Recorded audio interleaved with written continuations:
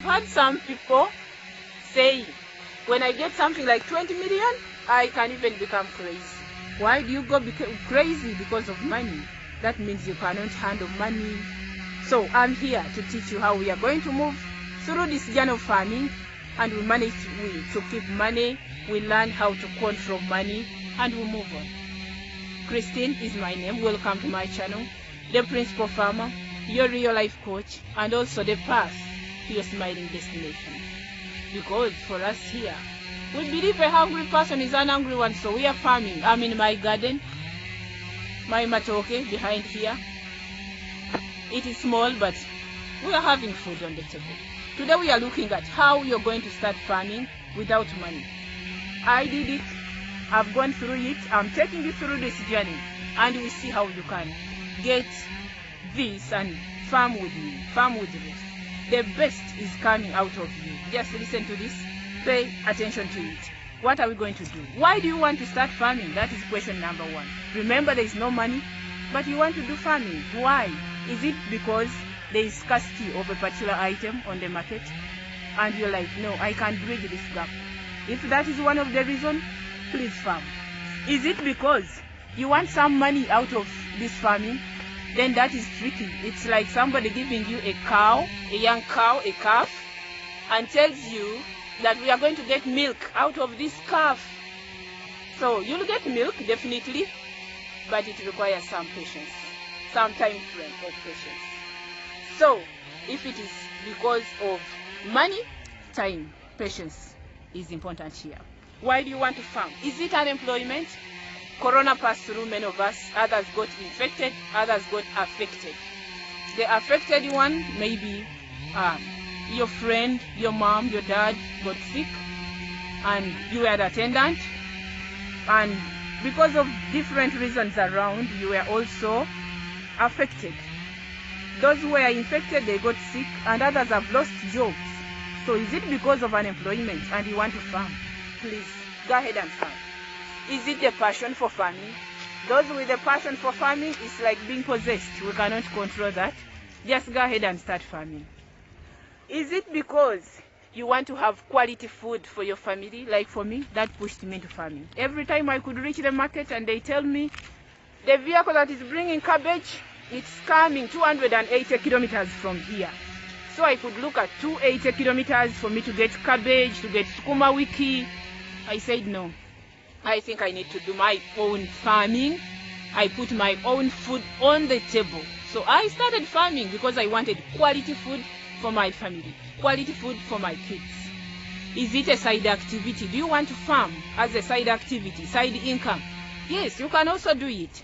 Just listen to this, and we see how we are going to start farming. Remember, we are farming without money. How I did it, you will also do it. I'm bringing the best out of you on this day, such that you can farm. You leave that unemployment which is grumbling in your brain, in your stomach every day. You start farming, you earn a side income. You start farming, things change slowly, gradually, until when we are there. How did I do it? Number one, invest in yourself. You, the farmer, invest in yourself. Put it at the back of your mind. Invest it in yourself. Put it in yourself that I'm the CEO of this company. I'm the manager of this company, but as well as the first employee of this company, of this farm. So if you put that in the back, at the back of your mind, that I'm the first employee of this company, you're going to do a lot of donkey work for the farm to start. Remember, it's a newly established farm, so you'll do a lot of donkey work. But your mindset that you are the first employee as well as the CEO, you'll do your writings, whatever you need for the farm. Then at the end of the day, you do the manual work of the farm, and indeed you'll make it. I made it myself. I'm still doing it. I did it scared. I did it alone. Sometime I had my little, the maid who was helping me in the kitchen could tell me, I think today, Mom, you've been so busy. We can first have lunch. Let me give you a hand here and there. Yes, she helped me until when I started picking up slowly. You're going to farm without money, and you'll do it. I promise. Farm with Ruth, you're going to do it. Number two, what are you going to do if you're farming without money? The power of positivity. the positive thinking in your mind, in your brain. You have to think and put it at the back of your mind that I have my reasons why I'm doing whatever I'm doing, why you're farming. So the power of positivity, it's going to look at this vision which you have, your vision of 5-10 years ahead. It's going to be moving because of the power of positivity.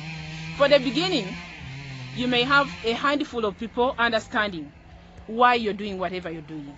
But gradually along the way, people will understand why you're doing whatever you're doing, and they'll come to give in a hand, to give you the support that you need to do the farming. I did it. The power of positivity has kept me running. There is also the power of negativity. This one can really break your brain down if you accept to swallow, to hear whatever they are going to tell you. It will break you down. So the power of negativity, some people will come in and say, oh, Christine, you want to start farming?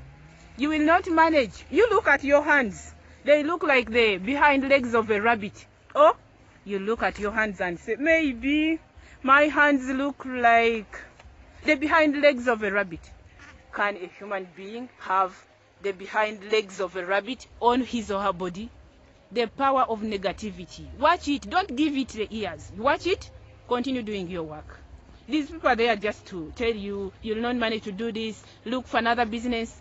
Yet they don't have the side business, the next idea for you. So continue with your vision, do the farming. Next, what we are going to do, we are farming without money. Number 3, get business partners. These business partners may not need any money from you. There is a saying that the reason why a squirrel, a small animal called a squirrel, why a squirrel is brown in color, because it befriended the anthill and started sleeping in an anthill. So if you want to farm, get close to people who are already in this, who are farming. You're going to make it. There is a story I heard of a couple who kept a lion as a pet for home. These people kept this lion for some good time. Then they reached a time and said, no, we can release this animal to go in a game reserve and rest there. So they released this animal to go back in the game reserve. But this animal was used to them, was like a pet at home. So after 2 weeks of releasing this animal, they again started missing this animal. They went to the game reserve. They talked to the rangers. They told them, we want to have a look at this animal which we brought of recent. So this man was like, okay, we take a walk, we shall see this lion. They took a walk. They saw the lion sleeping.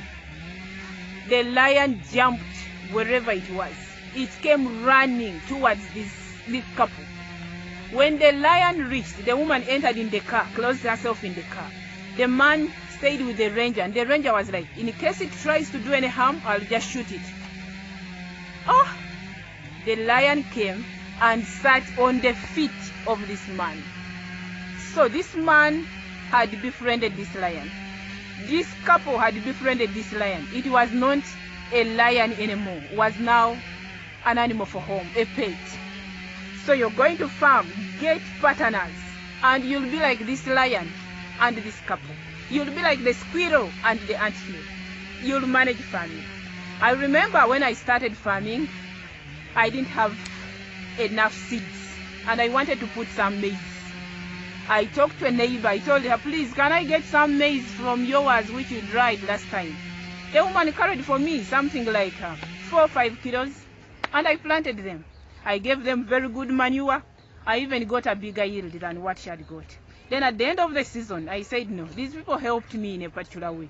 I gave them back the food and everybody was happy. Sharing is godly. We need to share with one another. The next, that is number 4, walk the talk.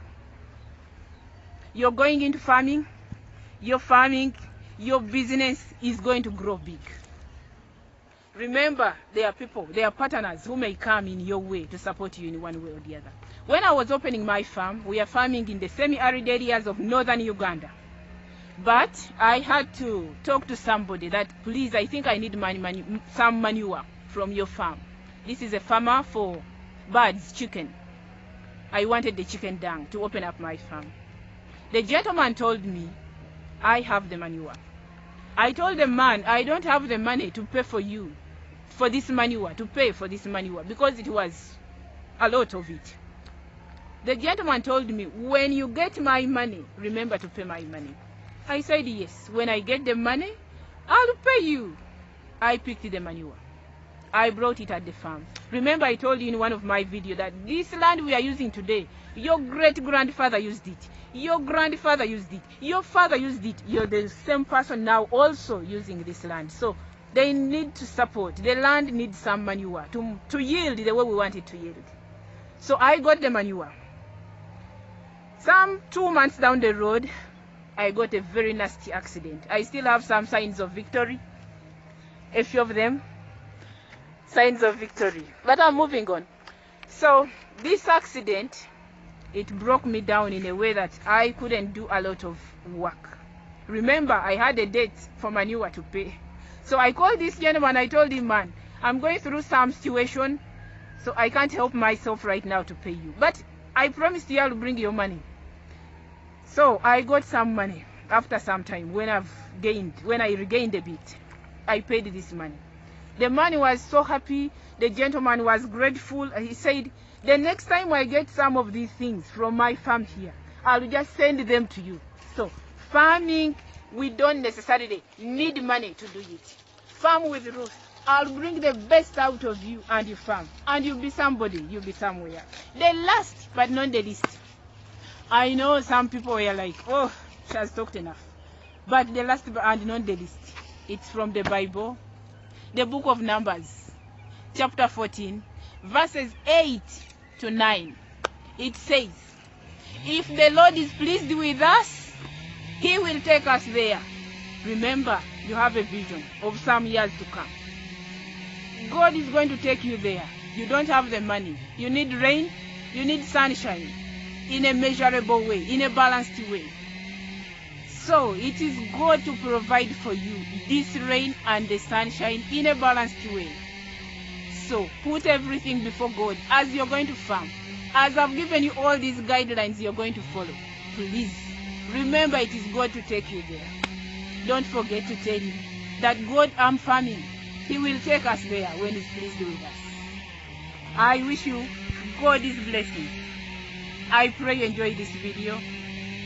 I pray you subscribe to my channel. Until when we meet again, I'm still farming. See you next week for practical work. Farm with Ruth. God bless you.